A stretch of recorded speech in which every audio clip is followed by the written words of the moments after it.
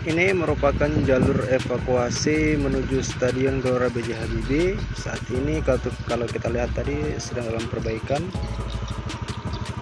Nah, di titik ini nanti pemerintah Kota Parepare menyatakan akan membongkar gerbang dan sebagian pagar supaya akses jalan bisa tetap bisa untuk dilewati untuk official team maupun perangkat pertandingan.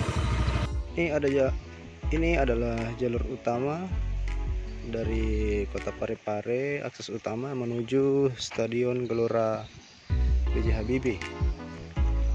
Nah, kedepannya jalur evakuasi yang akan digunakan melalui jalur ini menuju SMP 11 dengan panjang pembenahan 612 meter.